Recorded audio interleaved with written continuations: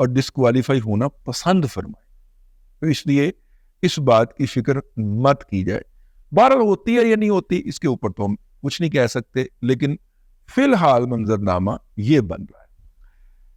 اب تک کے لیے اتنا ہی. اگلے ولاگ کے اندر پھر حاضری ہوگی. اللہ تبارک و تعالیٰ آپ کو آسانیاں عطا کرے اور آسانیاں خلق خدا میں تقسیم کرنے کی توفیق عطا کرے.